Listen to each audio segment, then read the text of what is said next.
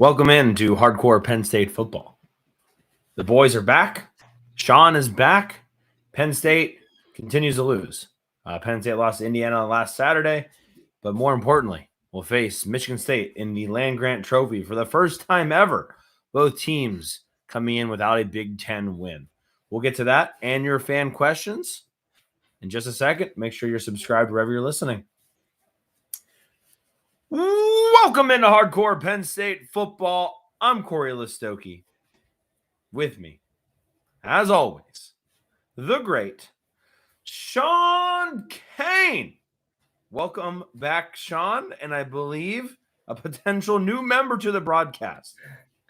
Yes, this is Kennedy. This is the reason I haven't been here the last 2 weeks, because our baby was born and she is perfect, unlike Penn State this season. And I wanted to bring her by to say hello. And she's doing good. Mom's doing good. And it's nice being on leave for a little while, even though our football team is not doing very well. But I think fortunes may change a little bit on that front this Saturday, too. Early game prediction, apparently, already coming from Kennedy's already making you weak. You're just giving away your picks. Shawn, I made the joke earlier, but appreciate you coming back. You got some time off, but Hardcore Penn State Football, unfortunately, does not offer any paid paternity leave. So yeah, I could pay for this one. All right, say bye-bye, Kenny. Bye. I don't want to be the bearer of bad news, but I do have to say that Penn State has not won a game since she's been born. Just throwing that out there. That is true. You know, we started making the comeback on Saturday as soon as I started feeding her. So I was fully ready to give her all the credit for the win on Saturday, but that win didn't come because we found another way to lose a game. Of course. Shawn, welcome back. Thank you. You know, we had some guests on the show while you were gone. We tried to replace you the best we could, but nobody can replace Shawn Kane. Nobody can replace Shawn Kane. Yes, and I want to echo thank you to everybody who came in and filled in for me. Everybody at the shows, I did get to watch them all. Not all of them live, but everybody did really, really well. Yes. What did you think of Corey Geiger eating the Altoona pizza on the show? That was the most interesting part of me missing it. Yeah, I did not expect that at all. I will say that. But yeah, everybody did really, really well. I think Landon in particular, did an awesome job. I always like hearing his perspective, but everybody did. Donnie's our guy, Corey Geiger, Rich. So yeah, it was great. All of them were great. The Landon stuff was great. I mean, you and I listen to Landon stuff often, and I just feel like he kind of opened up a little bit to us, or to me, which is cool. And a lot of his stuff, I don't want to say it's like very orchestrated or it's not like real or anything like that, but everything is it's so well done that I think it was nice for him to be able to just think about some things a little bit on air and actually see his thought process behind some of it instead of seeing the well-polished product that you see on his channel. So got to see how the sausage is made a little bit in that sense. Before we get too far into the show, please make sure you've liked the video and subscribed if you're watching on YouTube, and you're subscribed wherever you're listening in podcast platform. We do have a 5-star review from Joe Rogers, who's been very active on Twitter or X, but he also dropped us a 5-star review. If you drop us a 5-star review on Apple Podcasts, we will read it on the show, and we're going to do that right now. So Joe Rogers says, "Great pod, 5 stars. I really enjoy your Penn State podcast. It's authentic, and you speak the truth in a way that's fun to listen to. Many other podcasts are afraid to say certain things, but you don't shy away. Your conversations are thoughtful and well-researched, and I appreciate how you bring in diverse perspectives without losing the personal voice that makes the show engaging." So appreciate that, Joe. If you haven't already, go drop us a 5-star review, and we will read it on the show. Last little housekeeping item. I just now published the Week 12 Pick'em, so it is officially live now. It is in the description on the YouTube channel. It's also on X as well, so you can get that in. Shawn has fallen from grace a little bit. We'll cut him some slack for having some things going on, but very tight race. I think there's like 6 points separating like the top 20 people. So a couple Pick'ems down, winning the double downs down the stretch could seriously seal it for everybody. And then finally, Shawn, congratulations to you. Finally getting paid for the work that you're doing again. Yeah, as long as everything passes that, thank you. As long as everything passes the house tonight, yeah, I will be getting paid. So that'll be really nice because right now, it's made things more difficult. That's for sure. Yeah, we like to get paid for our work despite having this podcast. I do. Will Gamble on YouTube says congrats. He also says we are elite at giving other teams their signature moments and making their coaches cry from joy. The crying from joy thing is something that is just awful at this point. Like, why do coaches keep crying on our field? I think you tweeted that, or someone tweeted that at some point. Yeah, and I had the same reaction Saturday. Yeah, and then John on YouTube says the Indiana game turned out to be the game we thought it would be at the start of the year. Yeah, it was. It was a great game. I wouldn't say that I thought it was going to be that close at the beginning of the year, but it was a great game. And it was fun. It was fun. I want to start with that, Shawn, if I may. The difference in the energy from Saturday versus, say, the Northwestern game could not have been more stark. Like, it was dramatically different. We were having fun again, and the crowd was into it. A big shout out to the crowd. Yes, the students were late to get there, but there was a lot of people there otherwise. And they were not only there, but they were way more energized than they were for the Northwestern game, for obviously multiple reasons, but also the fact that Franklin was gone. It wasn't raining.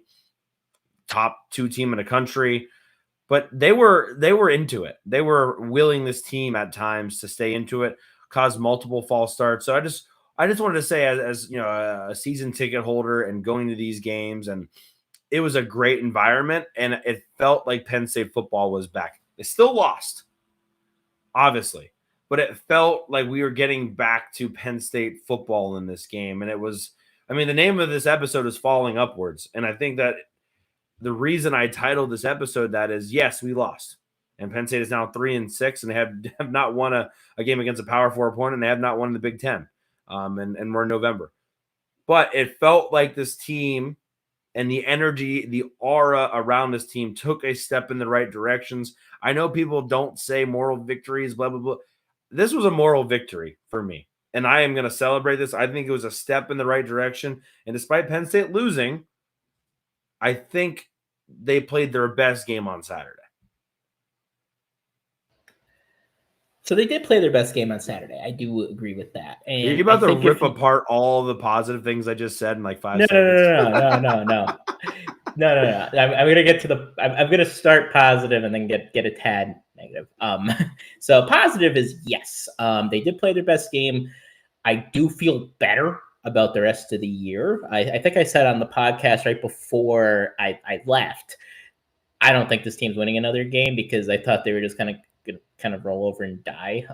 But they're not really doing that. You know, the Ohio State game, there were guys that I think just took plays off. And I don't think I was not encouraged at all going into the Indiana game. But it seems like there is some fight in them. And that's the encouraging thing to take out. Now, I think there is a fair question. We're not playing the number 2 team in the country this week. We are playing a team that's very, very bad. And can Penn State bring their own juice into it's probably going to be a sleepy Spartan Stadium because they're going to have to. And I think if Penn State plays like they did on Saturday, they're going to beat this team by 3 or 4 touchdowns. But can they do that? I don't know. They haven't really done it to anybody since Villanova. There's certainly nobody in conference play. Where I will disagree a bit, at this stage, there are no moral victories. We're Penn State. We had national championship expectations. I understand expectations change throughout the course of the season, both positive and negative. You fire your coach, you lose your starting quarterback. Those expectations are going to be lowered a little bit, for sure. It's not a little bit, significantly. But you know, a loss is still a loss, and you know, I'm so happy. I think it was Will Gamble said that. Why are we always on the receiving end of these great games that we lose when we play equal or better teams? because, last year you could point out USC, Minnesota, those were two great games. Penn State's a better team than USC. Penn State was a better team than USC, was a better team than Minnesota. We got to start winning some of these games. Like, whoever the next coach is, if we could just win a couple of these games sometimes, it would be really, really nice. Yeah. I mean, you still get that punch in the gut feeling at the end. Yeah, it was gut wrenching at the end, right? I mean, it was like Maddie looked over to me and she's like, "I'm sorry, this keeps happening." I'm like, "Yeah, it sucks. It sucks." When it was like 2nd and 17 from like the 13-yard line or whatever it was, and that place was rocking, I was this is we're finally gonna have that moment. Credit Indiana. They had a championship mindset on their side, and then they kept slinging it and it took a great couple plays, couple amazing catches there at the end to win it. And so be it. But yeah, no, it sucks. That part absolutely sucks. But at least there felt like there was a pulse, and you can credit Terry Smith to that. I think the biggest thing is like the defense played better, especially in the second half, but the defense played better because they actually felt like the offense had a chance. And the reason the offense had a chance is they actually threw the football. I loved Terry Smith in the post game when he was asked about, like, why did you throw the ball down the field in the second half more, or what led to that? And he's like, well, we called plays to throw the ball down the field, and we weren't calling those plays, and very direct and very honest about that. Now, you haven't been on the show for a couple of weeks, but my sort of pushback to Terry Smith has been, you could have decided to call those plays earlier than the second half of the Indiana game. And where could we potentially have been? So I'm glad we're doing it now. Even with the defense, Jim Knowles is being a little bit more aggressive and more blitzes. I mean, it was nice to see Darius Dixon get an awesome sack. And they had way more TFLs on Saturday. Now, that's partially due to how Indiana plays with a lot of single empty sets or single back sets, and they don't protect their quarterbacks very often because they're trying to spread you out so much.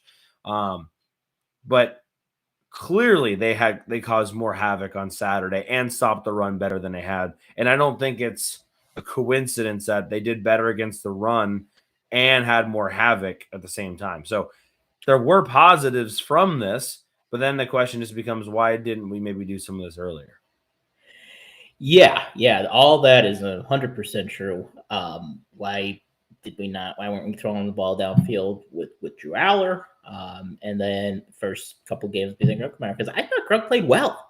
I know he had the interception, but I thought he played a good game. I thought there were things to like even from the Ohio State game. And I thought he played much better against Indiana, but I think he does have that gunslinger in him that I like in a quarterback, and you have to let a gunslinger, you got to let him cook a little better. He's not going to look very good. So I'm encouraged by that. The most surprising thing, though, was the pass rush in my mind, because I did think if you do a little risk it for the biscuit, as they say, yeah, even if your receivers aren't superstars, well, some good things can happen downfield potentially, and it did. But the pass rush going from nothing, very non-existent through Big Ten play, to playing one of the top two teams in the conference, and all of a sudden they look like a completely different team rushing the quarterback. That was the most shocking thing to me.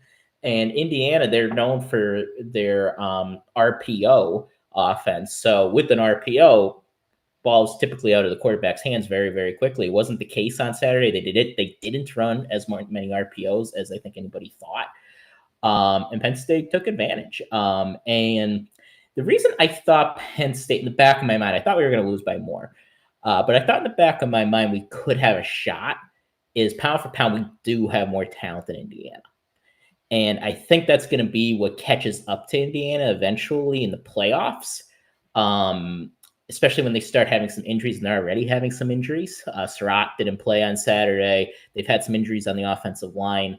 When you start losing guys in key depths in places that you don't have a lot of depth, Penn State experienced it with Tony Rojas, but Indiana has lots of places like that, just because they've had to plug holes with less talented guys, but they're super well coached, so they make up for it. But being well coached can only get you so far. So that's why I thought Penn State had a shot on Saturday, although an outside shot, but they did play, admittedly, much, much better than I thought they would. You go through like the box score and it's like, oh, this is this player's best game of the season. Oh, this is this player's best game of the season. Oh, this is this player's best game of the season. Like Mari Campbell, a tackle and a half TFL. Zariah Fisher, 1.5 TFL. Tonight Dennis-Sutton, a sack. Dom DeLuca, 2 TFLs. Zane Durant, a sack. Darius Dixon, a sack. King Mack, interception. Khalil Dinkins, 4 catches for 40 yards. Kobe Howard, 2 catches for 28 yards. And then you said the most shocking thing to you. How about the most shocking thing to me being Nick Singleton? If I would have told you he had 9 less catches than Katron Allen, and he ends up with, call it 20 extra yards, and he averages 7 yards per carry with 2 touchdowns, and he tacks on 22 yards receiving with another touchdown there. 3 total touchdowns for Nick Singleton. I mean, finally, this started looking. And by the way, the touchdown that Nick Singleton scored on, the exact same play they ran twice against Ohio State. And I was really nervous at first that it wasn't going to work because I felt like they went to that well one too many times against Ohio State, and they ran it again against Indiana, and it worked. But that was a game, I think, if you ask Penn State fans, like that was probably the way you'd wanted the entire season to go as far as the running backs. Katron Allen, 2-to-1 ratio as far as rushing attempts in Singleton. Now, he didn't do very well, 2.5 yards per carry, but he was sort of the hammer. And then you get Singleton in space. He breaks a 59-yard run, and then he also helps out in the passing game. Like that, to me, was what the expectation was from the Penn State running backs for the entire season. And it took until November to see it, but that was what we wanted to see. And that was a big turning point, I think, was with what Nick Singleton did. That was obviously the most surprising. At this point, we didn't know when that was going to happen.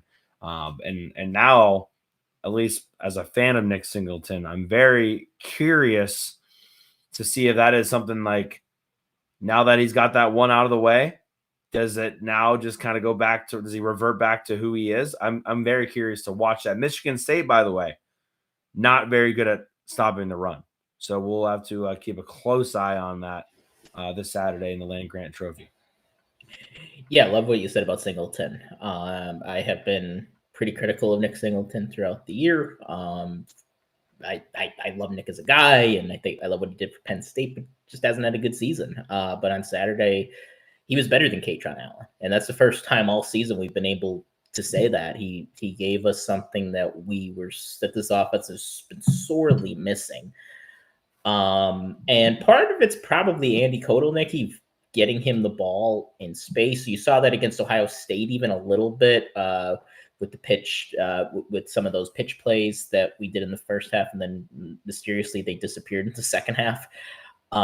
So I think that's been more of a focus, getting him the ball in space, and it has paid off. A little bit against Ohio State, but a lot against Indiana. So yes, I think there's been some momentum in the past couple of games that Nick Singleton could build off of going into this final stretch here, where Penn State has the better Jimmies and Joes than these last 3 games, these last 3 teams. Nebraska has a better record than Penn State, but pound for pound, I still, that's a team with the backup quarterback, and Penn State has a talent edge there.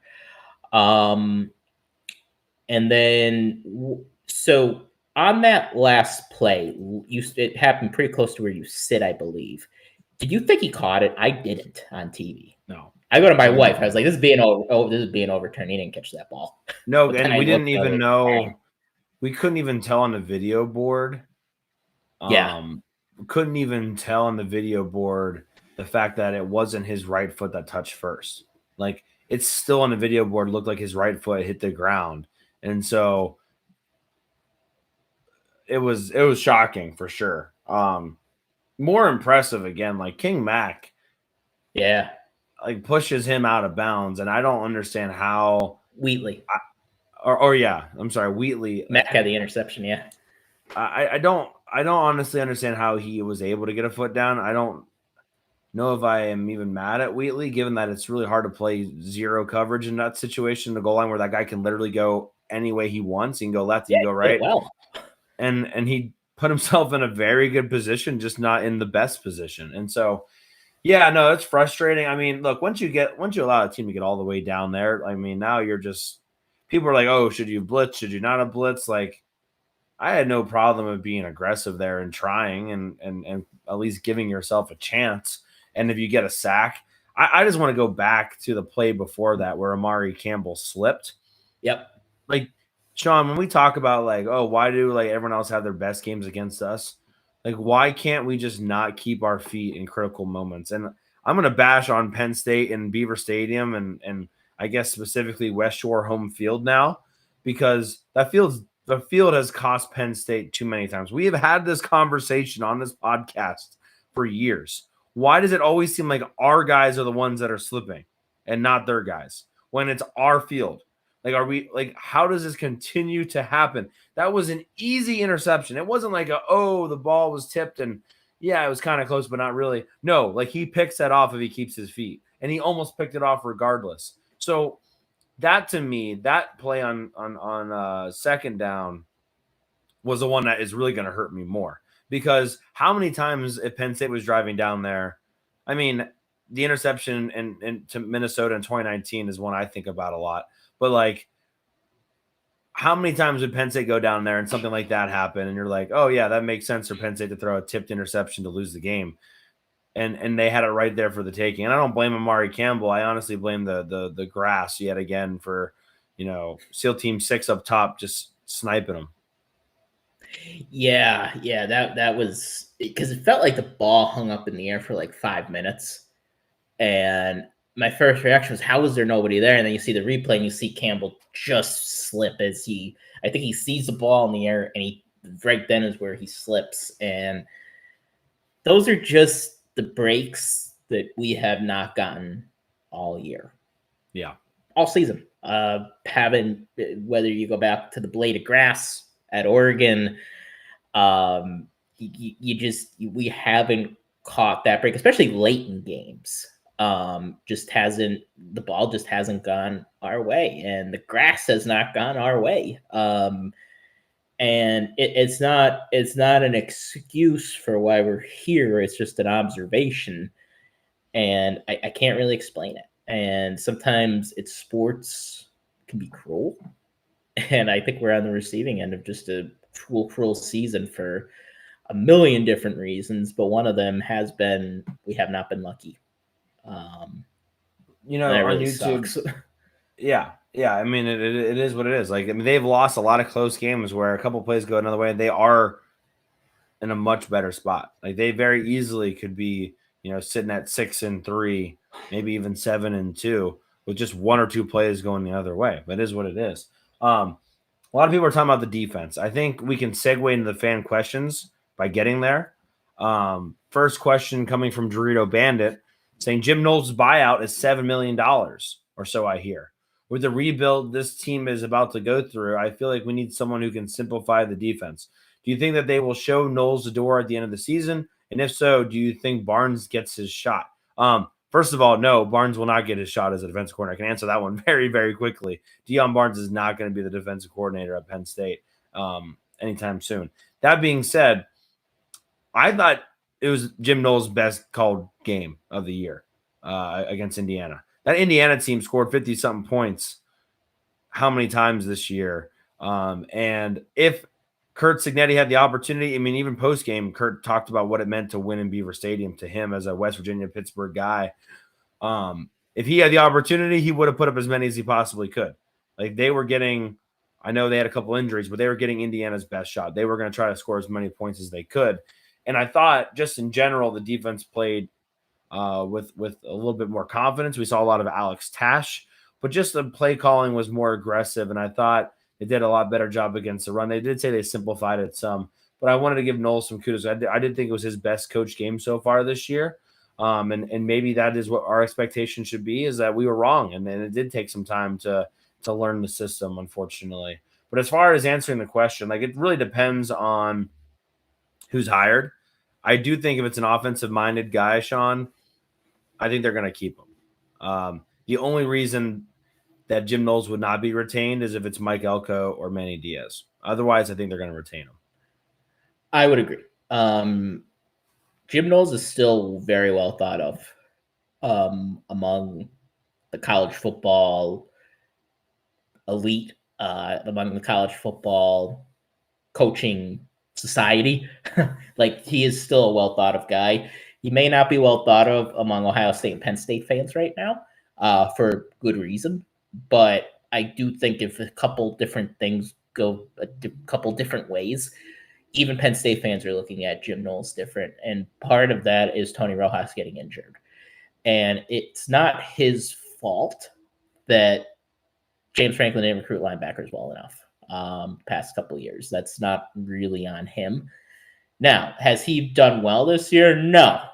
The UCLA game is one of the worst called games I've ever seen from Penn State on defense. He's failed to adjust a number of times. And failed to adjust to the situation. And, I thought Alex Tash played well on Saturday, but then the question is, where's he been? All season. So I don't think Jim Knowles has done well this year by any means, but it does typically take a year or two for his defense to get going. And I do think he will be retained if the coach is anybody except Mike Elko or Manny Diaz, or a defensive-minded coach in general. Daniel from Instagram says, looking at the box score, it seemed that Singleton has had his best game. He's not back, right? Yes or no, Shawn, is Singleton back? You know what? In the interest of being optimistic, finding some ray of sunshine, maybe it's my daughter, I'm going to say he is. I'm going to say so too. Why not? I'm going to couple these two questions together. Joe Rogers, who had that 5-star review earlier, says, how much of the roster will stay? Do you think it is above 50%? And Sam Williams says, I'm so sick of these insanely painful losses for the last 9 years. If you had to guess, when do you think a new coach will be announced so we can forget about the season? So, Shawn, when are we going to get a new coach? And then how much of the roster do you think is going to stay? I think they kind of correlate a little bit with each other. Right. So I do think we're going to know or have a good idea of who the coach is going to be by about Thanksgiving or maybe a little bit after. Interesting. Even if it's Mike Elko or Kalen DeBoer. Now, will it be official? Maybe not. But if you know a couple things, I think things could leak very easily if it is one of those guys. But I think we'll probably know by the end of the month. And as far as how much we're going to retain, I think if we get the hire right, I think we're going to retain more than 50%. So, and the reason I say that is a lot of these guys, yes, they committed because they love James Franklin. That's true. But they also committed because they love Penn State. So if we get the hire right, I do think we're going to retain more than a lot of people think. I think there's also a segment of the fan base out there that's like, well, we could go 3-9 this year. Do we really want to keep a lot of these guys? My answer is yes. There's still a lot of young talent there. Chaz Coleman, Ivan Kamaju, Darius Dixon, Jameer Joseph. These are all Kobe Howard. These are all still good players that are going to be draft picks. So you want to keep a lot of these guys. So I think it's going to be north of 50% because I think we're going to get the hire right. And yeah, it's a guess right now, but I think we will keep above 50%. Yeah, I got to remember a big senior class will be leaving, so you're already looking at 75% kind of being the cap. Well, 50% of what we could get back potentially. Okay. I should clarify. Okay. The recruiting class, I don't know about that, but as far as active roster, yes. I want to transition. Mark Thomas said, with 3 games left, do we see any players like Chaz Coleman start to make some business decisions when it comes to suiting up down the stretch? Chaz Coleman was talking to good old Larry Johnson Sr. at Ohio State. And then well, there's been a couple of those that are like, is it worth them potentially not playing in order to move on? Shawn, I'll just say this, like, I don't know of anyone, everything at the very least right now, whether you're a player or a coach, is an audition. I don't know if there's any players on this team right now that would be extremely high up on the transfer portal free agency list right now. That's going to be like, oh, I can go to Alabama, or I can go to Notre Dame, or I can. There's probably a couple of them. Like, I think, a Chaz Coleman, for example, or a Darius Dixon, just because of, some of the potential. But no one's bringing them in because they think they're going to be a sure thing starter right off the bat. There's not that many guys that really fall into that category. The ones that are maybe the most interesting to me, not for any of those reasons, but Amari Campbell and Tony Rojas, two guys that I think want to stay together. One of the reasons why Campbell came here was to play with Rojas. Obviously, Rojas has the injury now. Rojas probably doesn't get that much looks elsewhere because of the injury. And then does that mean Amari Campbell, who's already transferred, really wants to transfer again? That's an interesting one to me that I would be very curious about. But I don't think anyone else shuts it down because it seems very clear that Joey Slaughter left the program because he wanted to do that. So they're going to be gone if they want to do that. But I think a lot of these guys, based off the fight we saw on Saturday, they're going to want to play. And even if they don't want to stay at Penn State, a lot of them need to put better film on there. Like, whether it's for the NFL, like Nick Singleton playing well against Indiana did really well for him in his future. But also for guys like, take a Tysier Denmark. He would love to play a little bit more in order for an opportunity to maybe transfer somewhere else. Like, these guys are looking for opportunities now to, even if they wanted to leave, improve their free agent stock. Yeah, there's a reason for everybody to keep playing here, at least through the conclusion of the year. And I'd even include, if we qualify for one, a bowl game, because I look at this roster right now. I don't see a surefire first round pick on it. Even a guy like, who I think's been really, really good this year, a guy like Bango Ioane, he's a guard. And guards don't typically go in the first round. So I think there's something for everyone to stick around for the conclusion of the year. And that includes guys that, because I'm sure there are guys there that are thinking, I'm going to follow James Franklin wherever he goes, or I'm going to at least go in the portal, see what's out there.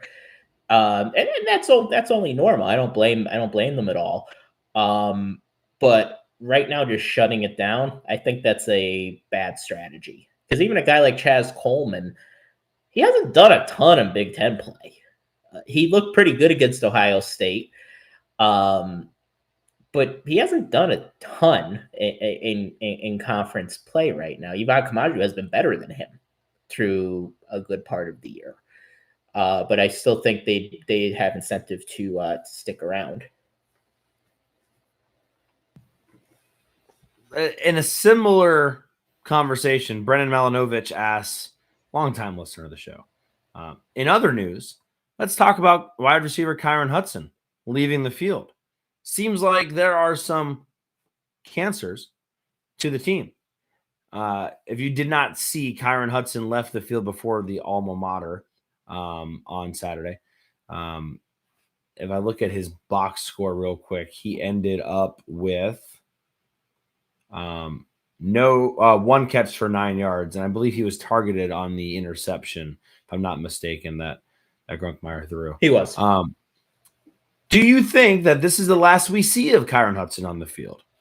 Honestly, he has been underwhelming. Seems to be pretty lazy on routes. His route running has not been great. That was something that even For the Bloggy pointed out literally after week 1. A little underwhelming. I still think he's very impressive as far as like making the hard catches, but he hasn't necessarily been great with the easy ones. Forget about the whole cancer, like leaving early for a second. I don't see any benefit to Penn State, assuming, like, let's just say they got everybody back. Why there'd be any value in playing Kyron Hudson anymore. Same thing why I don't know why you'd play Liam Clifford anymore. I guess unless he's playing quarterback. There's no reason if you have a chance to get Kobe Howard and Tyseer Dunmark to come back if you play them more. There's no reason that those two guys should not be playing way more, or any of the other younger receivers that we haven't seen, because there's a lot of other ones out there, especially if Penn State loses on Saturday and they can't go to a bowl game. Which, by the way, just because they go 6-6 doesn't mean they're going to go to a bowl game. But you have a lot of guys that can still get games in that have not come anywhere close to burning their red shirt. So, if Kyron Hudson doesn't want to be a part of the team or doesn't want to, stay there with his brothers for the alma mater and in a team in a stadium that honestly deserved his respect, given that they continue to show up and support them, that's fine. I think it could potentially be a win-win. He doesn't have to worry about getting hurt. He doesn't have to worry about pretending to care about Penn State, and Penn State can play other guys that do want to play and can potentially grow from it. So I think if that's the case, then fine. It's a win-win. But if it was just a moment of frustration and it was just, hey, I'm pissed off at the world and he wants to come back, I think Terry Smith is well equipped to figure that out and deal with that accordingly. But no, be very hard. It's like if you're firing someone at the end of the year and they just like already kind of quit on their own, and you're just like, you're making my life a lot easier. Like, if you don't want to play, guess what? I didn't really want you to play either. We got a lot of other guys that I would like to put out there, and you're making my life a lot easier. So if I had to bet, I think we still see Kyron Hudson. I don't think this is the end of him. That's my bet. I think this was a one-time, just frustrated with life. Came to Penn State, was hoping to have his opportunity to be the guy. Played well. He didn't get to be a large part of it. It was a frustrating offensive series to end the game, which I think Terry Smith did a terrible job at. And they lost another close one. And if anyone else hasn't been pissed off in those kind of moments, I think you're not really human. So I think Kyron Hudson will be back and he will play. But if he's not, I don't think it's the end of the world either. Yeah, I think I tweeted mid-game before any of that happened. Kobe Howard should be getting 80 to 90% of Kyron Hudson's snaps just because he's better than him. Like, he is a better football player than Kyron Hudson. I've seen them both. Kyron Hudson has done nothing noteworthy since the UCLA game. And Kobe Howard, every time, even though he's getting less snaps, every time he's on the field, he's making an impact. And I know Kyron Hudson gives you size that you really don't have with the other three or four if you want to, or five if you want to include Clifford and Denmark. But you're getting that production from Kobe Howard that you're just not getting from Kyron Hudson. So I can't climb in Kyron Hudson's mind and know exactly what's going on, but I could see on the field, Kobe Howard's just a better football player than him right now, and he should be one of our starters.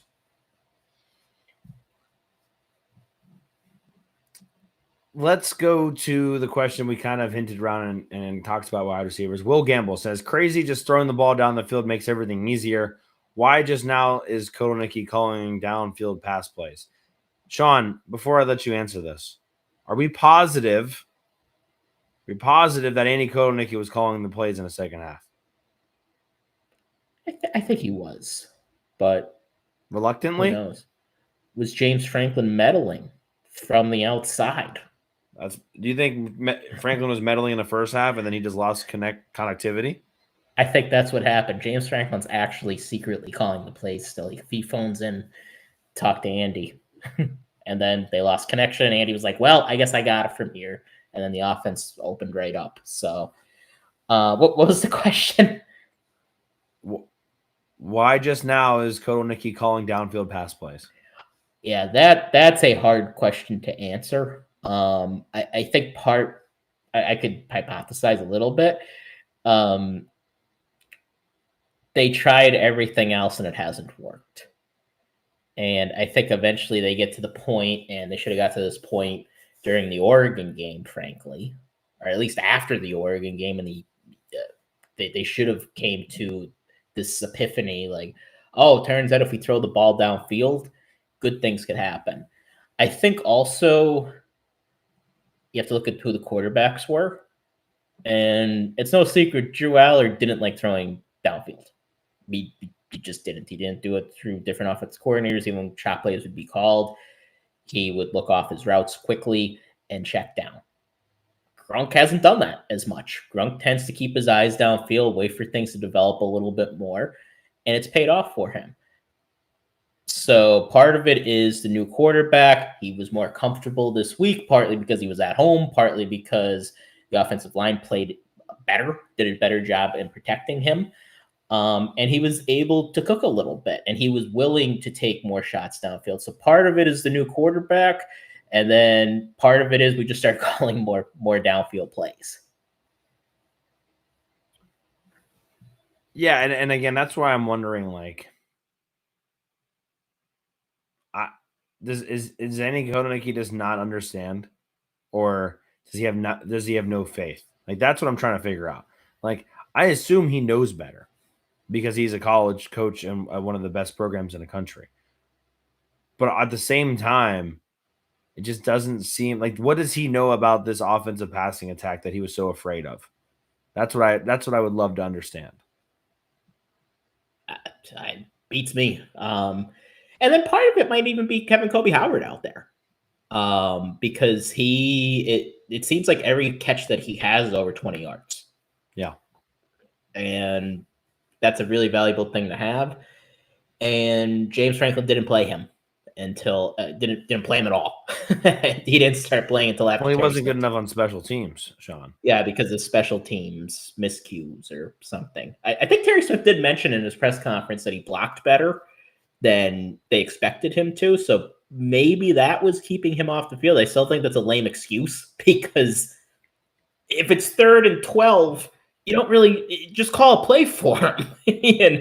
Like I'm not saying he has to be an every down. I wasn't even saying prior he's got to be an every down player. I remember being on here saying, give him 20 snaps, see what he could do. And then if he does well with that, he could have a bigger role. Now I think we're at a stage he should have a bigger role than that, because he did well with the 20 snaps or so.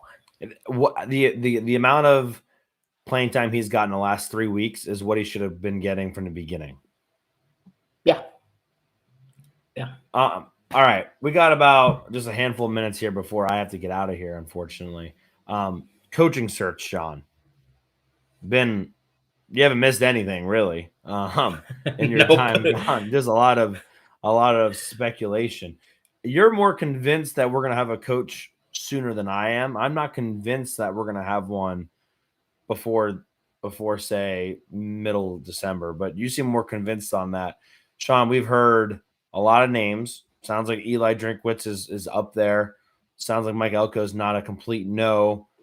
Sounds like Kalen DeBoer is not a complete no. And then it's like Braum today was in conversations about a re-sign or an extension of his contract at Louisville. And so where are we with this, Shawn? Like, who do you want now? I mean, are you still on the Brian Hartline train? I mean, what are you – what's your list looking like now? Yeah, I mean, it's a very similar list to the original one. I think Hartline's in it, but from what I've gathered through talking with Donnie Collins was on here too, talking a little bit about it. I think they're targeting a head coach. I think they want an experienced head coach, and I kind of get that. It's just I don't think it should be the be all end all. Like in a vacuum between Eli Drinkwitz, who I think is a good coach, or Brian Hartline, I would take Brian Hartline, because I don't know if Eli Drinkwitz is much better than James Franklin. Like, look at Missouri's. If you want to have a pulse on what Missouri fans think of Eli Drinkwitz, it's a lot of what Penn State fans said about James Franklin. He could build the program.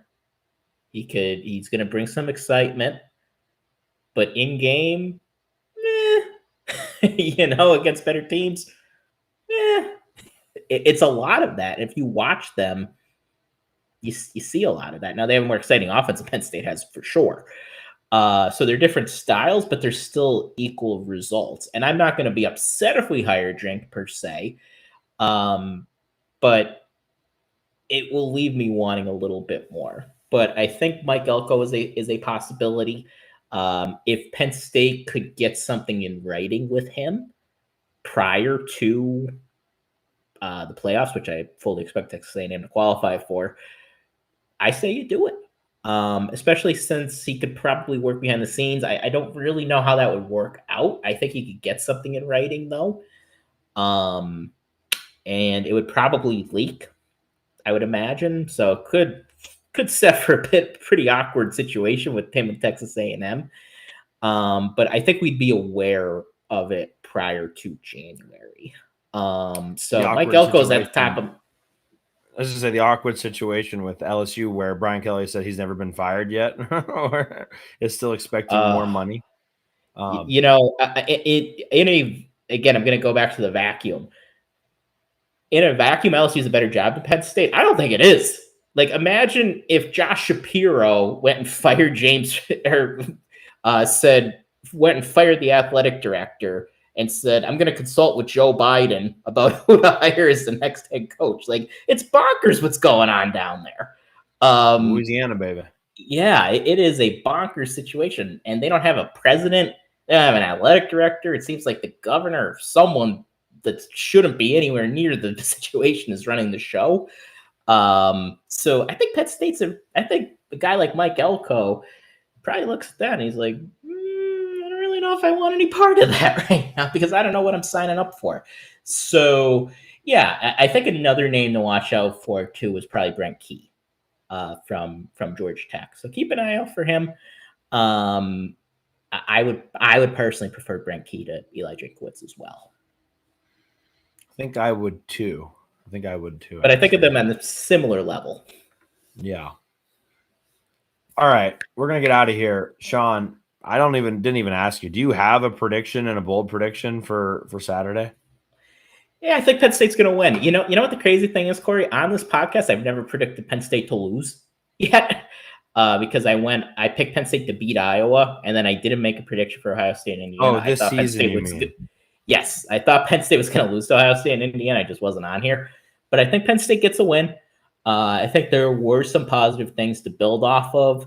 I think you're going to see a lot of that aggression, more blitzes from the defense, kind of hurry up Michigan State a bit. Michigan State's not very good. Penn State's a better version of a 3-6 team than Michigan State. Michigan State's just that bad. And I'm going to take Penn State to kind of have belts to asses a little bit this week. Penn State wins 28-13. 28-13. Do you have a bold prediction, Shawn? Bold prediction, Kobe Howard scores 2 touchdowns. Whoa. Mm-hmm. Okay. Yeah, I was going to make a cheeky comment that my bold prediction is that Penn State's going to win. But I am going to take Penn State to win. And similarly, I think they're going to look better. Now it is out at East Lansing, and you just never know what the heck's scary place. But I think the running game is going to – you feel better if you can run the football, and Penn State's going to be able to run the football. So I'm going to take Penn State to win 31-17, and my bold prediction is that both Katron Allen and Nick Singleton will be over 100 yards rushing in this football game. Let me bear that up. Both will be over 100 total yards on the day. And just we didn't talk about it, but Katron Allen, I think he needs like 300 something yards ish to break the school record. Pretty close to 400 yards. It's on the upper end of 300. And so is going to need to put in some work to get that accomplished, to be the all-time leading rusher at Penn State. So we'll see how that goes. That could be a potential, like, not icing on the cake, icing on the piece of poop for the season, but would be at least something to maybe hang your hat on. So weird kind of episode. Win. Yeah. Just give me a win. Given kind of where we're at, but Shawn, I mean, right now on November 12th, do you think Penn State wins these final 3 games? I do. I think so too. I do. Nebraska looked better against UCLA than I was expecting. But they just, they're a shell of what the record is. And Rutgers did handle Maryland, but everyone's handling Maryland right now. So yeah, rest in peace, Locks. Did you see what he said in his press conference the other day? No. He's like, like, do you think you're gonna be fired or something like that? And he's like, no. And they're like, well, why? And he goes, well, I'm the head coach. I'm like, well, they get fired a lot these days. That's a circular when you don't argument. win. No, that's not that's not verbatim what he said, but it's basically what he said. Like, oh well, I'm like, that's not how any of this works. Hey, as much as I had fun with Loxley in the Maryland time, I take him as an OC. And he recruits pretty well for what Maryland. I'd take for not winning a bunch of games. Staff. Yeah, I just don't think he's a good head coach. But his offenses are still, even at Maryland, they were always somewhat fun to watch. Yeah, it just didn't have the horses up front. Is really what I like the reason they would lose to Penn State so much is because they literally couldn't block Penn State. Yeah, they couldn't get pass off a lot of years. They couldn't block. They couldn't block for a second and a half. Shawn, it's great to have you back. Nice being back, Corey. Let's get a win this week. How about it? That's Shawn. Hold down the 4-2 without me. The least I can do is talk.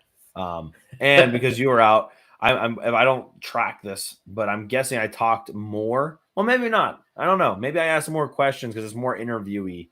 Maybe I talk less. Maybe that's why people like the show more when I talk less. I don't know. Well, we can let us know in the comments, I suppose. That's Shawn Kane. I'm Corey Listoki. Please make sure to do your pick'em. Please make sure you've liked the video and you've subscribed if you're watching on YouTube. And if you haven't yet, please subscribe wherever you may be listening. That's Shawn Kane. I'm Corey Listoki. You've been watching and listening to Hardcore Penn State Football. Until next time, bye. Good night.